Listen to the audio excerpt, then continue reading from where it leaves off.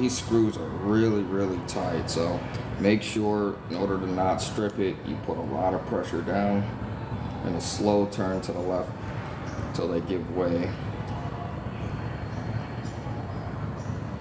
That's got some adhesive on it too, so we'll go ahead and apply some heat.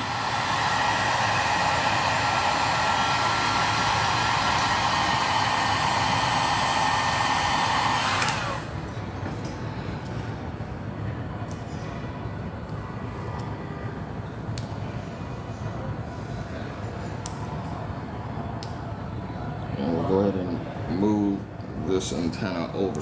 Looks like it's caught a little bit, so I'm gonna go ahead and give it a little help here. There we go. There's another one of the antennas. Exactly which one I am unsure of.